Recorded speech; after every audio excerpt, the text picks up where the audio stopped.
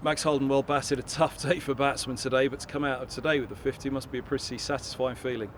Yeah, I was pleased I contributed. A bit of a roller coaster day. Had a few of them at this Lords this year, but pleased obviously to get a few runs myself, and for the guys there at the end to bowl as well as they did and keep us in the game was really pleasing. You know, when the likes of Mertz, Bams, Rojo and Mark get on a roll like that, they're very hard to stop with the ball. So they really kept us in it there, and hopefully tomorrow when we get a chance to the bat we can go a little bit bigger, because I think that's what we're looking to this morning. I think we're slightly disappointed with the total we got, even though there was a little bit in the wicket, so we're looking to sort of put that right a little bit in the second innings, but yeah, pretty even day in the end. Strange though, wasn't it, because this morning you think, it's a good toss to win, it's seeming about a bit, but it was blue skies. And the second half of the day, or certainly post tea, which was still 40 plus overs, it was grey skies as it is now, so an odd one to work out really in terms of who would have preferred to bat first on this.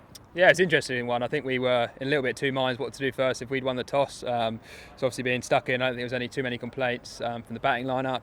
Obviously had a little bit in the wicket. I think they bowled really well. Credit to their seam attack. They've got a few experienced guys in there, and I think they use conditions pretty well first thing. But like I said, we'd have liked a few more runs, but we're well in this game, and the way we bowled and out there in the field, obviously we'd like to take a couple of chances, including myself, to make it an even better day. But it's pretty much even Stevens. So hopefully we can get a bit of a lead going into that third innings, which is obviously the crucial one for us to put those runs on the board for our guys to defend. Was it primarily off the surface from them under the sunnier skies this morning?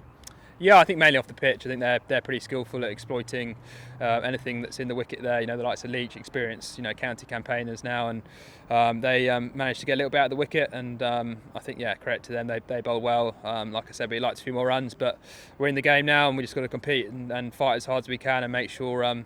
Like I said, that third innings is always the crucial one, and if we give our bowlers something to bowl at, we fancy our chances to be well in the game. Probably one of the biggest conundrums on whether to bat first or not today was whether day two would be the best day to bat. If it was sunny all day, it wasn't quite sunny all day, but if the sun's out tomorrow, then Middlesex will hope to come out and as you say, go big, as would have been the hope today. But it may well be that tomorrow is the best day to bat. Yeah, certainly, fingers crossed. I'll probably have a heavy roller in the morning when we do get our chance to bat, and obviously first things first, get these next two wickets, make sure the tail doesn't wag too much. Then like you said, often day two is the better day to bat here at Lords. So if we do get through that initial new ball, obviously it's always going to get a little bit easier, and obviously if Rocky and Robbo could do something relatively similar, or even half as well as they did last week, that would obviously be a bit of a bonus. But just contribute all down the order and get us something to defend. How did it feel for yourself when you and John Simpson were going? It looked as though it was just starting to settle for the pair of you a little, but as those wickets were going at the other end, did that make you feel as though you needed to push on a little? What was the ball doing at that point as well? Not too much. I think I tried to say in my bubble as much as I could, and obviously it's important to, for me in my game to have that intent, and I think at times where I've struggled, it's when I go into my shell too much, to try and keep a pretty level tempo throughout, and if the ball's in my area, try and hit it, but if not, defend and fight as hard as I can in between really. Obviously it was nice to have a little couple of partnerships throughout. Obviously it was just the frustrating thing is probably not to extend them into bigger ones, which would probably get us up to a 200, 250 total, which would have been a bit more pleasing, but it wasn't to be. But we're in the game, and like I said, I think the ball did a little bit throughout the day, so I think we're well in the game. Nice to get that 50 as well. You got the 49 earlier this season, obviously gone really well in white ball cricket this year, but nice in the red ball just to get the 50 notched up. Yeah, for sure. Obviously it's nice, and obviously I'd like a few more, but happy to contribute. Obviously it's been a tough year for myself in the red ball format. It's been a bit frustrating, of course, but I've worked as hard as I can, and I'll keep fighting as to the best of my ability, and hopefully contribute in the last few innings, and then take something into next year. You talked about keeping that balance through your innings today. Is that the same for a modern day batsman throughout the entire season?